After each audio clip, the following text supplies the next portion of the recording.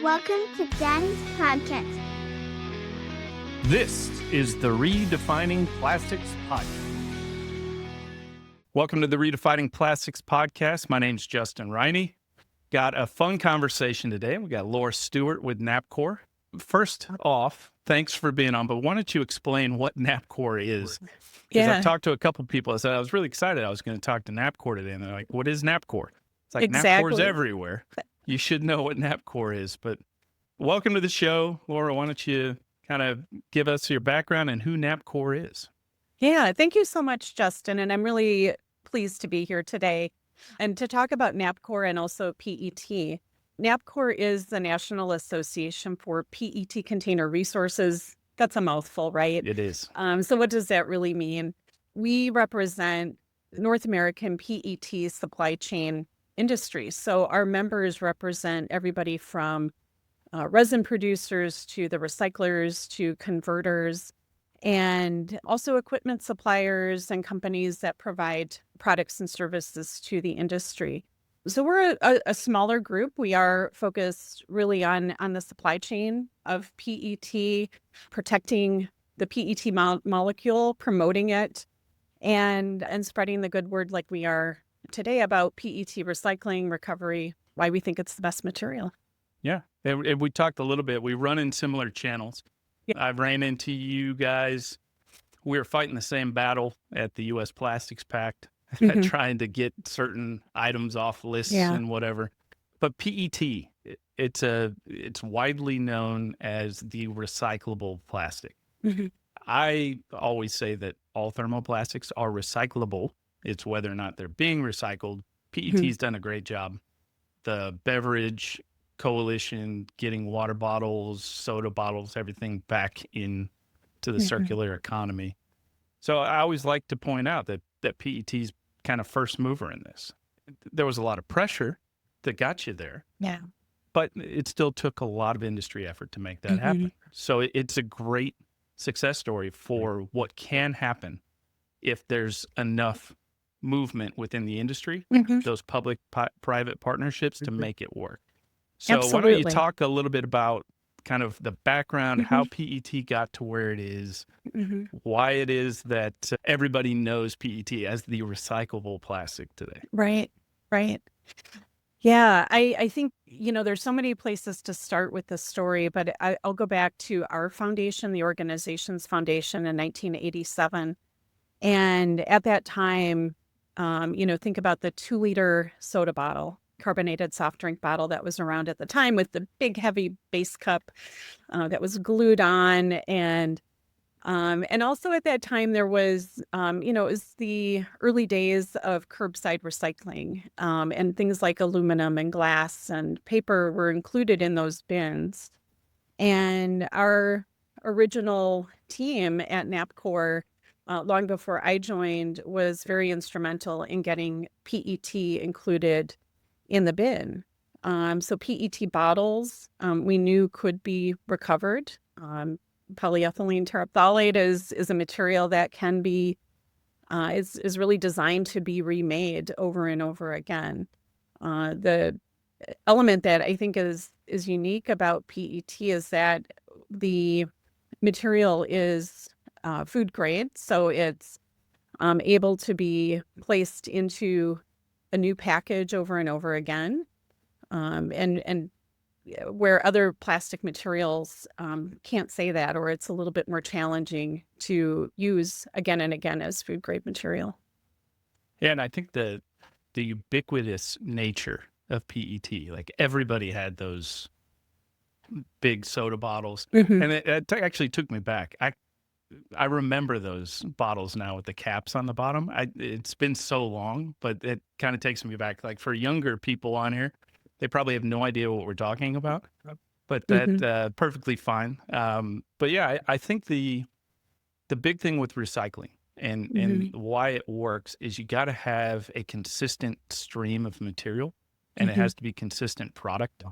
And the difficulty with recycling a lot of plastics is you got a ton of different varieties.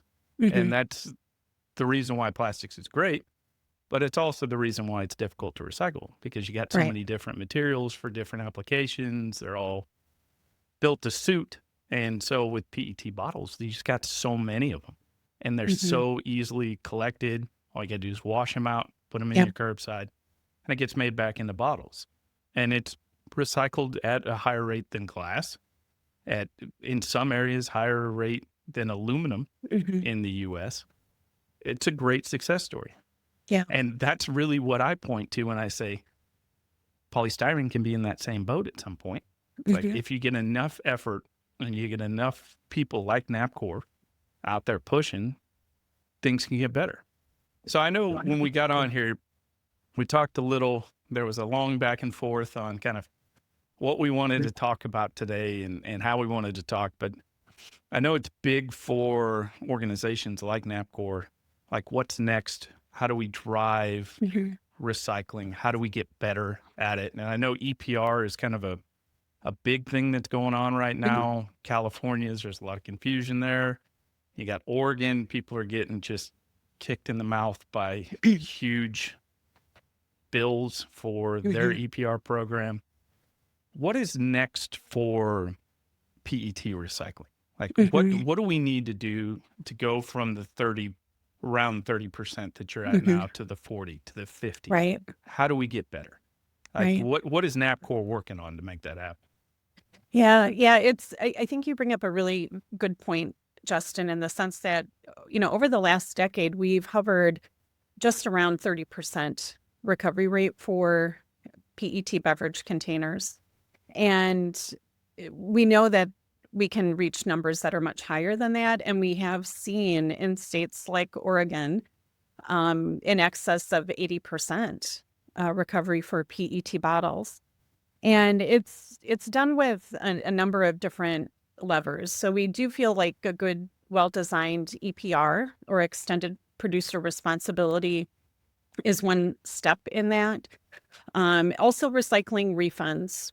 So those do work, but they have to be designed well. They have to, allow for the participation and also, the access for consumers to be able to make it easy to recover. I always look at, what's happening in Europe and how they've succeeded, I think, in recovering a high number of PET beverage containers. I think globally, the PET recycling rate is around 58% globally. In the U.S. in 2024, we were at 33%. In North America, we are at 41%. So Canada really helps with that. Canada helps a lot. I mean, it's, so there is a mindset too, right? And we recently held our NAPCOR member meeting in Toronto, and it was wonderful. But one of our members was talking about how recycling has just been something that's second nature to them. So when you grow up in an area that has great curbside recycling, your parents are teaching you good habits about how to manage your waste and the materials that you're creating in your household. So those PET bottles, your aluminum cans, everything else is getting recovered in those streams, and it's second nature. And we're not quite like that here in the U.S. I think every state is a little bit different. We have a lot of room to grow. And so that's the thing that excites me, is that the opportunity is there. It's not like we're trying to get the last, 2% or 5%.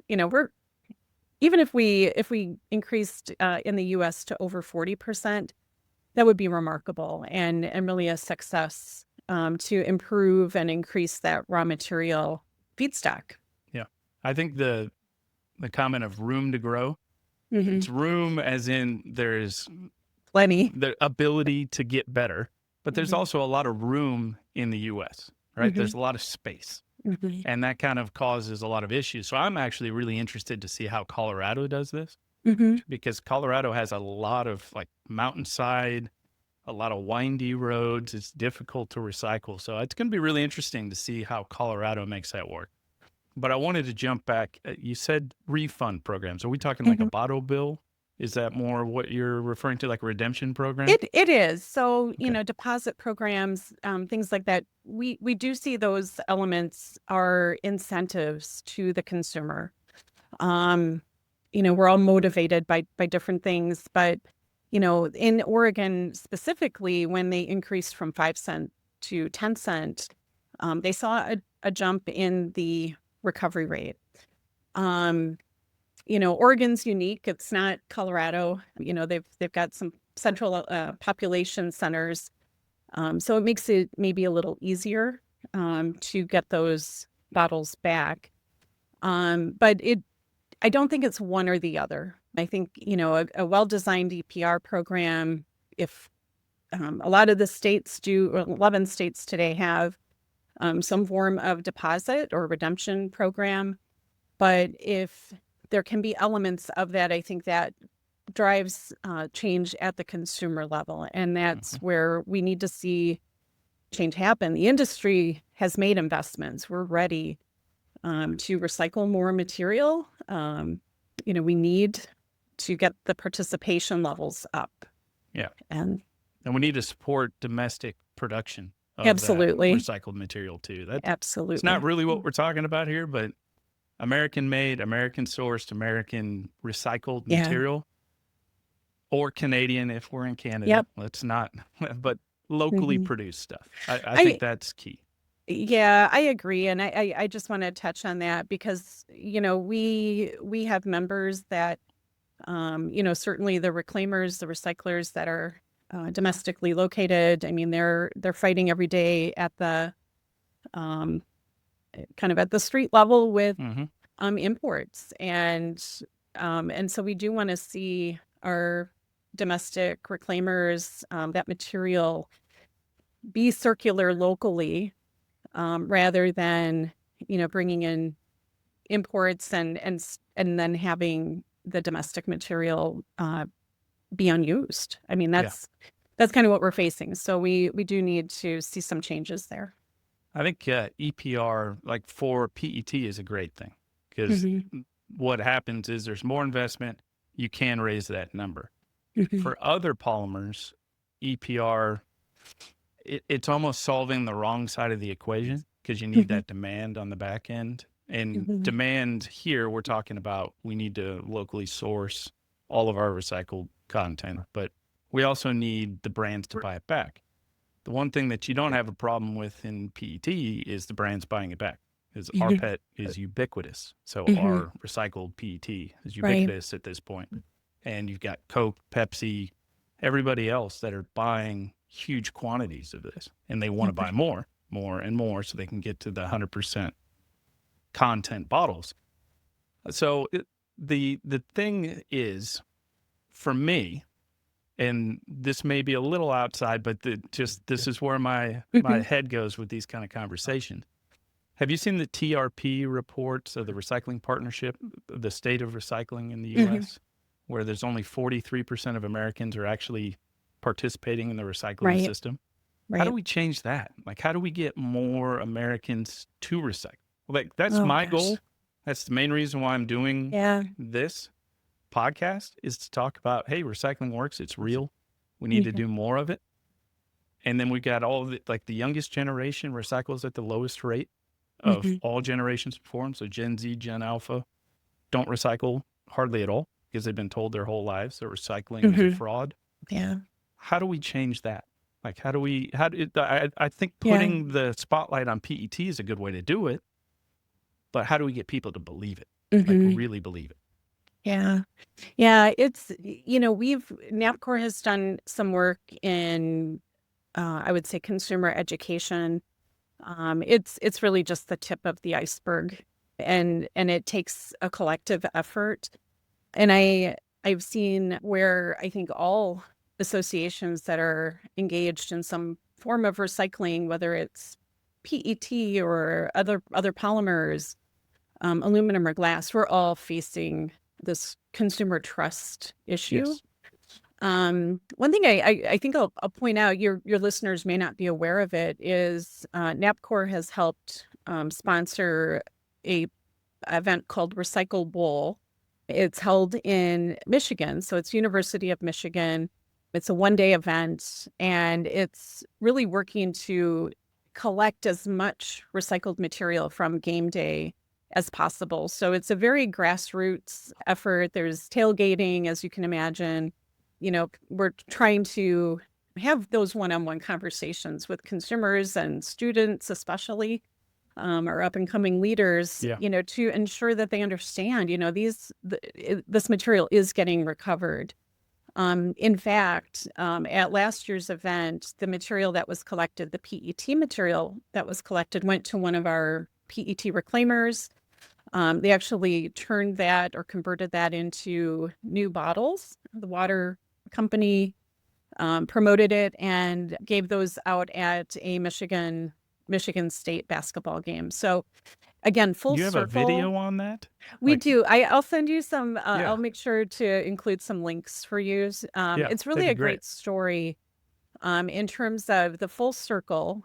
And you've got this audience of students who, as a mom of two young adults, it's hard. I think that they aren't thinking about recycling as their number one priority, and yet as they have their own households and start living on their own, you want them to take those good habits with them and have trust in the system. We've also seen, I'll put a plug in for another association. Plastics has done some Recycling is Real videos. We love those. I think the more that we can make those accessible to consumers, to our friends and family that might have questions about recovery, I think those are great tools that we can all use. So I think it's a collective effort. I don't think, NAPCOR is not going to solve it. Plastics isn't. I'd love to say your podcast will solve it, but No. it is an effort that is going to take all of us, and really each of us needs to be an advocate for the industry and for recycling. Yeah, I spoke at a recycling conference a couple weeks ago, and my whole goal was to talk about hard to recycle. How do we fix the recycling system to solve for polystyrene, like my day job? But at the end of it, my whole point was every single person in this room, all the plastics industry that was there, has a voice. Everybody could be an advocate. Everybody has a LinkedIn for the most part. Get on there and talk about the things that are positive. Because I don't know about you, but whenever I talk to anybody and I say I work in the plastics industry, there's immediately a pullback from whoever I'm talking to. And they're like, no. I'm working on recycling. I'm working on making the whole thing circular, making the whole thing better. And that's really what the whole industry is doing, but nobody knows it because we're not that great at communicating to consumers, in my opinion. We're really great at communicating with each other and solving problems, and we've got great scientists, but we're really bad at talking just to your neighbor. Like, how do we change that? Like, how do we get better at that? Do you have any thoughts on that? Yeah, I think like you said, I think every one of us has an opportunity, whether, I know we're, whether it's a summer barbecue or we're getting ready for, holiday discussion. And like you said, someone brings up, what is it that you do? Who do you work for? And I think as we talk about our passions, our, materials that we represent, it does give us each an opportunity to dispel those myths that are out there. I think we live in an age where facts aren't revered. So, you could be a PhD, you could be an astronaut or whatever, and state a fact around plastic, and there's a lot of disbelief out there. And I don't know how we change that other than just, I'm a real person. I have toured recycling facilities. I've seen the circle of, PET from recycling to injection blow molding and back into the bottle and on the shelf and over again. So I'm a believer in it because I've seen it, and perhaps not everybody has seen that or experienced it, or they're just listening to what they want to hear on social media and the Confirmation negatives, bias is right? a The real negative. thing. Yeah. Yeah. It's like, Yeah. this doesn't agree with my preconceived notion. So It's it's got to wrong. be I'm getting wrong. rid of it. It's like Yeah. fact or otherwise. But Yeah. my goal, Mhm. and I said this offhand as a joke, but I actually, the more I say it, the more I think it's probably a good idea. Every single high school senior has to go to their local material recovery Mhm. facility Mhm. before they can graduate. So they can Yeah. actually see what happens and how it happens. Right. The Right. other thing that I want to do, all my travel budget's cut this year. So I can't do this anymore, but I wanted to do this. Go film material being picked up and then watch it go to the MRF, or not the MRF, but the PERF, like the Yeah. plastic recycling facility. Watch it remade back into a pellet and then follow it and then watch it made back into a bottle, whatever. Mhm. So you can actually show the full cycle. Yeah. Somebody needs to do that, and it needs to be catchy, and it needs to Mhm. be big and loud and catch Mhm. eyeballs. Yeah. So NAPCOR can take that. I mean, go run with Yeah. that. Go make that video, Yeah. because I can't do it anymore because I can't travel for the rest of the year. But we need more of that, like Mhm. talking to the consumers, like the people that are Yeah. making these buying decisions, and then they're making the decisions whether or not to recycle at the Yeah. end of the day. Because a lot of people are like, well, if I put it in the recycling bin, then it's just going to go to the MRF and then it's going to end up in the landfill Mhm. anyway. So I'm Mhm. cutting out that extra trip on the Yeah. truck by just sending it straight to the landfill. Right. I have that conversation with people all the time. Mhm. It frustrates me being in the industry. I'm like, no, I talk to people all the time. They're actually doing this. Right. So Right. Yeah, we do have a few educational videos out there. We've tried to make them less technical, yeah, so that they that's a are, key. at the fifth grade level at a really simplified level for consumers so that they understand the basics. Because when you start throwing out words like MRF and PERF and RPET even, I get in trouble for that because people people are get like, what are you lost. talking They're about? like, Yeah. I'm done. Yeah. I'm Yeah. done listening. But when you talk about my bottle is in the bin and then it gets collected and then it gets ground up and turned back into a new bottle and it gets recovered, I think that has an element that registers with some. So it's it's definitely an uphill battle. There's a lot of people, including NAPCOR, our organization, our members that are doing great work around this, but more needs to be done. It's Mhm. I think the industry collaboration part of it, like you mentioned, Plastics Industry Association, the company I work for, which I never talk about, they are a part of the Polystyrene Recycling Mm. Alliance, which fits underneath plastics. And then plastics does a pretty good job of connecting those different groups together. But I think we need more of that. Mhm. Like, how do we get NAPCOR in the room Yeah. with PSRA, in the room with Mhm. FFRA? Like, how do we, as an industry, coalesce Mhm. around a message? Like, the recycling is real is great. I completely agree with you. We need to figure out a way to target that to your neighbor Mhm. and not to the C-suite, which is Right. what's seeing that on LinkedIn right now. Like, how Mhm. do we message that? Yeah. I don't want to bash the ACC, but their commercials that they put out a couple years Mhm. ago where it showed this circle, but it doesn't say anything. It didn't show anything about recycling. Everybody just kind of laughed that off, said Mhm. that's nothing. Like, how do we get together and Yeah. actually drive change in the message in the way that we Mhm. need to? And I don't know how to do that. And I would really Mhm. love your thoughts on how Yeah. do we coalesce as an industry?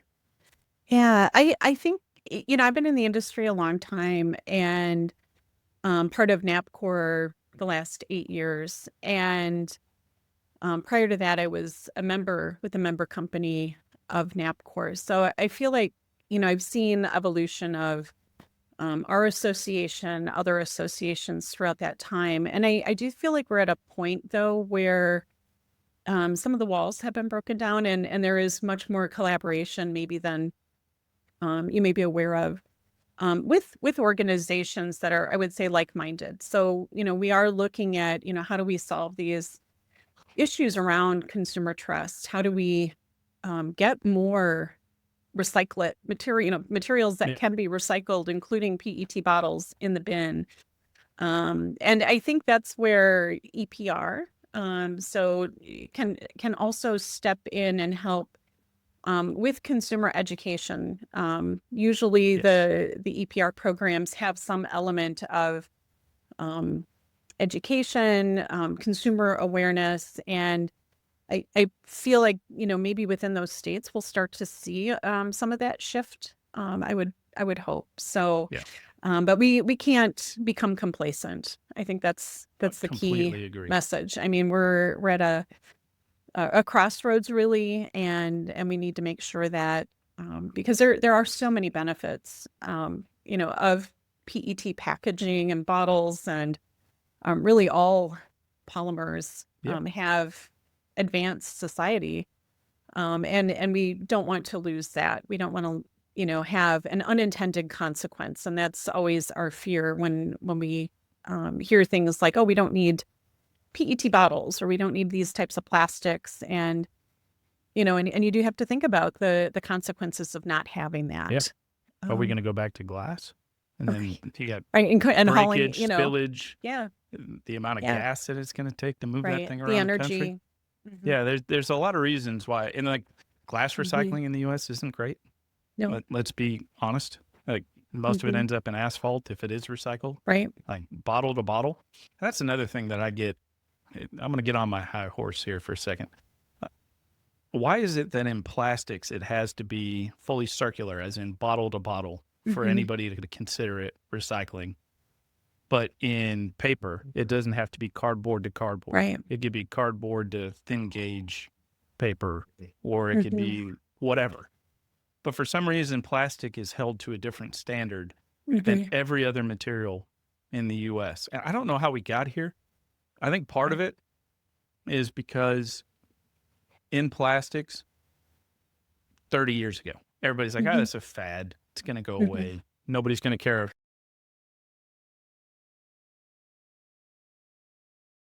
The main concern that I have is that we're fighting a battle that nobody else is having to fight. And you mentioned unintended consequences. Like if we move from PET bottles to glass, then we've got a lot of negative outcomes from that. Mhm. Now you can talk about reusable or whatever, but I reuse all my PET bottles here Mhm. before I recycle them. I use them for a while. I use a lot of different things Mhm. here multiple times. And then if you look at places like Africa or other places that don't have clean drinking water, what are you going to do there? You're just Mhm. going to get rid of water bottles altogether? You're going to go to glass to send all that water Mhm. to Mhm. places with non-potable drinking water? There's so many reasons why we need to protect our industry. And that's why I Right, love talking to folks like you, because that's your main goal, right? That's what Mhm. NAPCOR is here for. It's here exactly. to protect the industry. And the one thing that I've been getting a little flack on the internet for is I've been pushing, because I spoke to the Plastics Industry Association, Aaron Mhm. Haas, last week. And I'm talking about how lobbying is not a dirty word and it Mhm. shouldn't be considered that.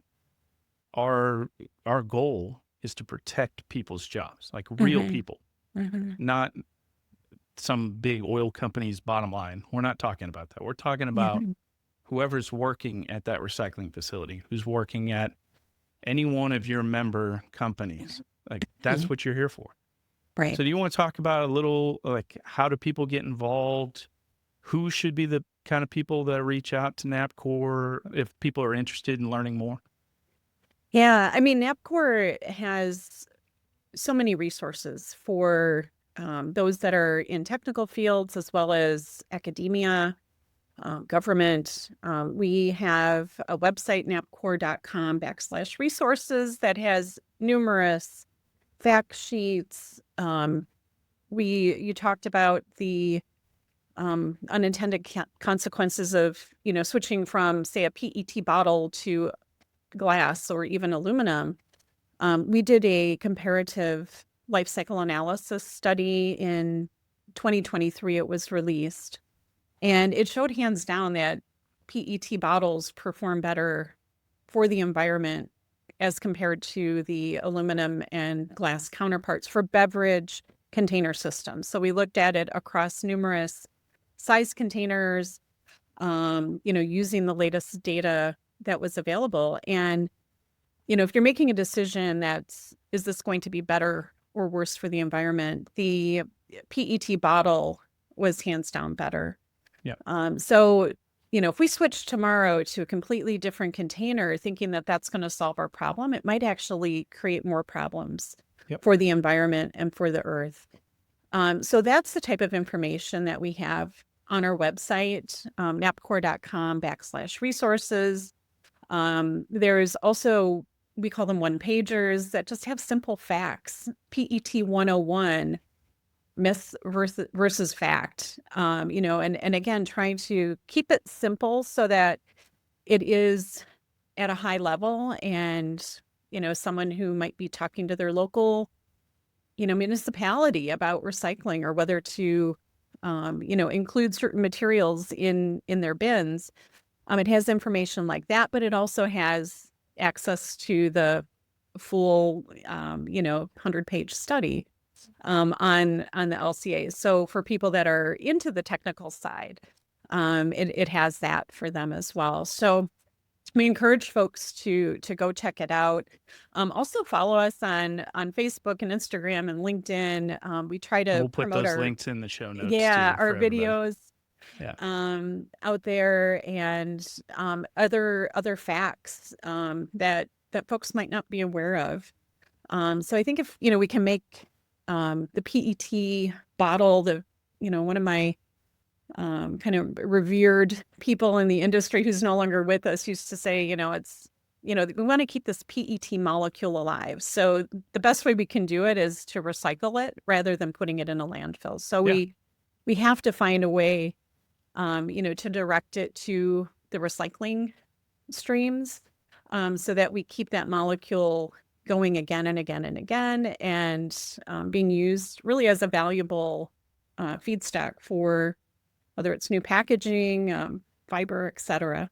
So yeah, I think your members want that material to stay in the system. Yes. The last thing you guys want, or anybody within your organization wants, is for that material to end up in a landfill. Because that's money wasted.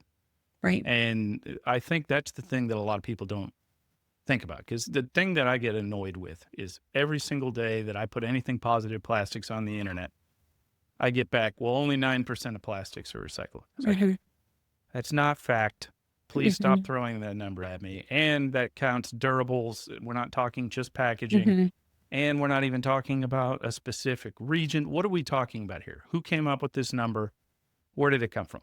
Like we talked about facts, like preconceived notions, like you mentioned earlier, the LCAs. I am a huge fan of LCAs. That's the only thing that you can look at to say, is this the right decision to make versus something else? Like you can compare it scientifically and mathematically. Is this a lower number than this? If so, that's the better choice if we're talking about carbon emissions. Then people will come back to you and say, well, that came from the plastics industry. I don't trust it. It's like, well, what's the point? Like, why are we even having this conversation if I come to you with facts and then you look at me and you say, well, I can't trust that. Like, how do you win that? Like, it drives me insane every single day on the internet. It's just this weird battleground that we've created that like misinformation flows just as well as fact. It is. It's a pain. It really is. There was no question in there. I'm just curious what your thought is on that side of things. I mean, we're challenged with that a lot because in the case of our comparative LCA, it was peer reviewed. It was rigorous. For those that are familiar with the process, these things aren't done in a few weeks. They're done over years. And there's a lot of thought and hard work that's put into it. So to have it be like, well, brushed off as, well, the plastic industry, produced it, or, of course it's going to look this way. It kind of rubs us the wrong way. But we also look at other similar studies as kind of a guiding light, I guess, of, how is this data being correlated to other reports that are out there. And there was the McKinsey study that was published just before ours, actually. And it was using pre-existing data. So it wasn't a full-blown LCA, but it was indicative of our results. And we've seen other studies that have come out since that support it. So sometimes, we have to package it as, You have to okay, we've like got, make it a narrative. RLCA here, we've Yeah. got McKinsey, we're all saying the same thing. Yeah. So, we know it's better. Let's move on. Yeah. I think the one thing I've learned from the last year of actually pushing social media, because I'm the anti-millennial. I don't spend any time on social media at all outside of LinkedIn. And that's because it was a conscious effort to try to start these kind of conversations. And the one thing I found is facts don't matter. Stories do. Emotion does. And I think that may be something that we're missing as an industry, like good storytelling. Like, how do we really engage with people, specifically people that are younger than us on the internet? You got to catch them in like 2 to 3 seconds, and then you got to hook them, and then you got to tell them a story. And it seems like disingenuous, a little underhanded, like a way of doing things. But honestly, you're not going to get their attention any other way. Right. So I don't know if we took that recycling is real, just as an example, because we mentioned it earlier. Can we make that into TikTok shorts to get people's interest? Can we make it into Instagram shorts? I don't even know how to work TikTok. I've never been on there, but I'm sure that we got some young people in the industry that would love this. Like, we'll set them out there and say, all right, we're going to start talking about plastics in a positive way, in a narrative. Is that anything like, do you think that makes sense? Is that something we should do, or am I running down the wrong path? Which may be true. That wouldn't be the first time. Yeah, we've and NAPCOR has done some activity in social media. So I would agree with you that our industry has perhaps been slow to embrace. Again, being very technically focused and business oriented, we tend to be comfortable in LinkedIn. Yeah. But we have pushed some of our materials out on Instagram and Facebook, and I believe even TikTok. I know in Europe, PETCOR, which is kind of a sister organization similar to NAPCOR, has had some success in TikTok as well. So I do think that getting those stories out, I think also, as I look around our NAPCOR membership, I see a lot of younger, the millennial members that are, advancing in their careers at the companies, and they're also becoming strong advocates for PET and PET recycling. And so we're seeing a lot more of their energy coming through as well. And so I think as they tap into that, and also into their peer networks, that can also have a real great impact. I think there's also an opportunity to help educate our policymakers. Yes. I agree wholeheartedly there. They're That's painful. I do that for a living. It's painful. And there's probably an entire podcast just on that topic alone. But there's a lot of opportunity to help.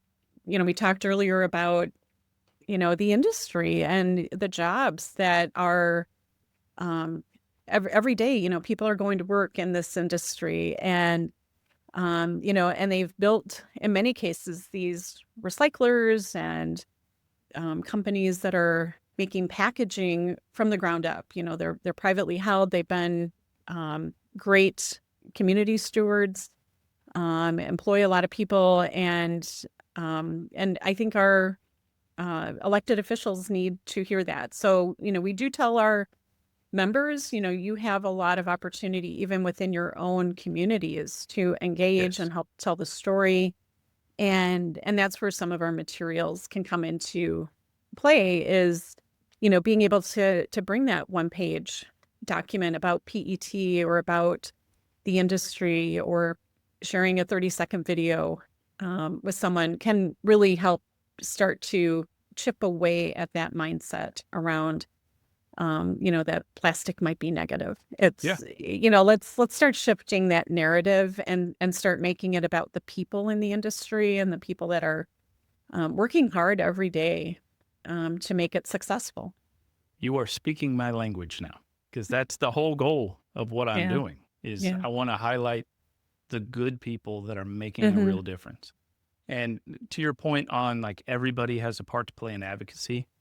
So earlier this year, I went to Illinois. I spent a week in Springfield, and I lived in Springfield for a long time. I'm from Illinois originally, and they were trying to push through an EPS foam food service ban.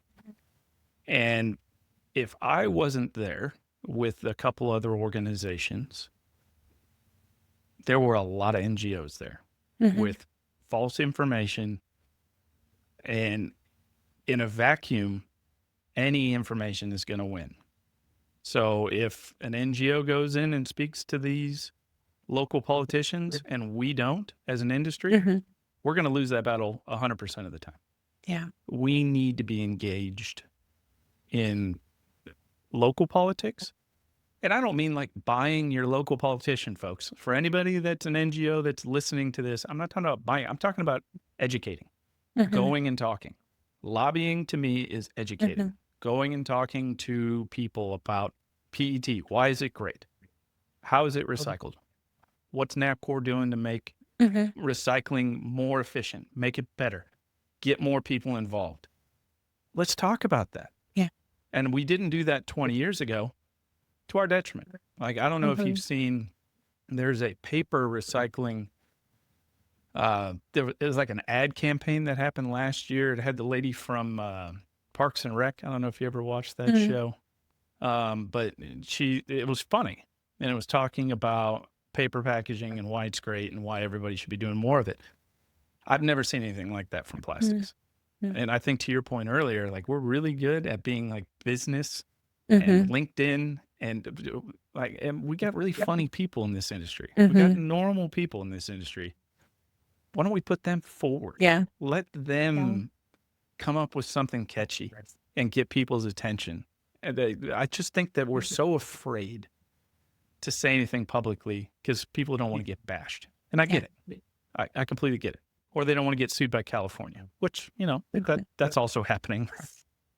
But honestly, we have to, as an industry, stand up and speak out against false information. And I love the fact that NAPCOR is doing that.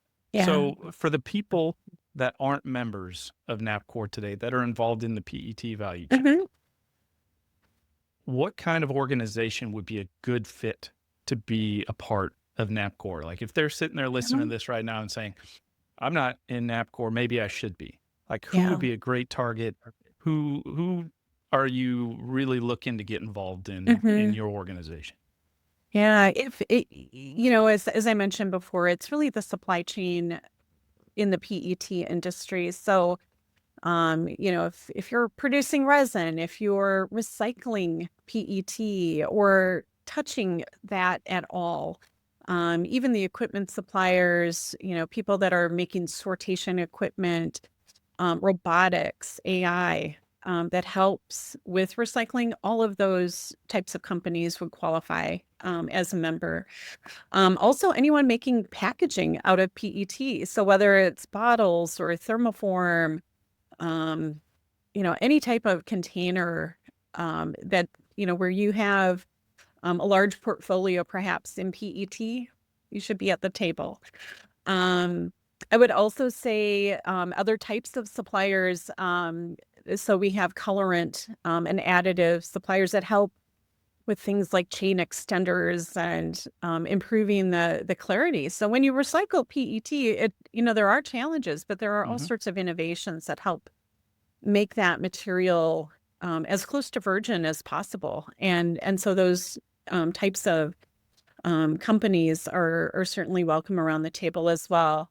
And as I mentioned, we're a North American association, so Canada, Mexico, US based. So that's kind of our purview. But yeah, we're unique. We do not skirt away from problems. We address them head on. It's kind of been part of our history. since That's my experience with you. 1987. So I've seen you out to fight in the same battles I yeah, am. So yeah, yeah, I know you are.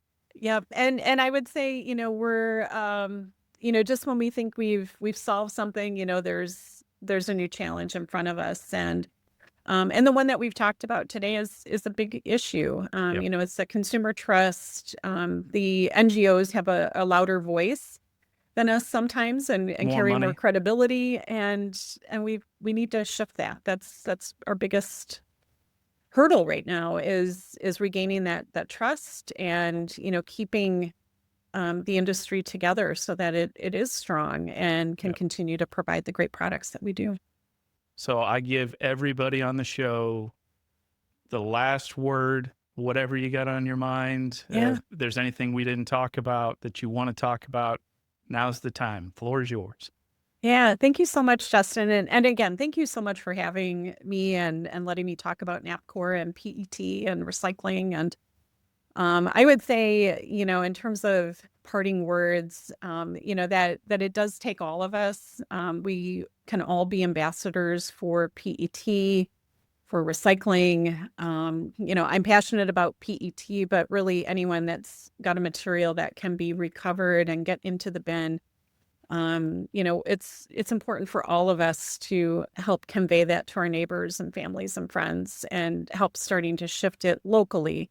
But on a greater scale, I think it's using the materials that NAPCOR has created, that are on our website. I think you'll provide a link to those. Yep. And help getting that word out even at a community level, a municipality, and start again shifting that narrative. We want to keep this molecule continuing to be circular, whether it's a bottle or a thermoform, or we didn't even tackle textile recycling. So there's so much opportunity in front of us, and we want to keep this growing, and we want to keep that recycling rate heading in the right direction too. I think that the textile one's interesting, and I'll probably need to have you back to talk textile recycling, because I don't know a thing about textile recycling. I went to the show at PRC, Plastic Recycling Conference, and I still feel like I don't know anything about textile recycling. But anyway, I love what you're doing. Thank you. Very happy to have you on the show today. Anybody that wants to reach out, if you're in PET, please support NAPCOR. If you're not in PET and you're in recycling and you aren't talking today to your friends and neighbors, why not? Let's advocate for our industry. Every single one of us has the ability to do so. I'm not talking about buying off local politicians. I'm talking about the great things this industry does. And the products that we make are great. Let's not shy away from that. Let's do more talking about that. And I love the fact that NAPCOR is doing it. PSRA is doing that. I'm doing that on a daily basis. We need more of that. But Laura from NAPCOR, thank you so much today. Justin Riney, Redefining Plastics, thank you all so much. And everybody have a great night. Thank you. You want to learn more about the plastics industry, recycling, check out these other videos, please like and subscribe.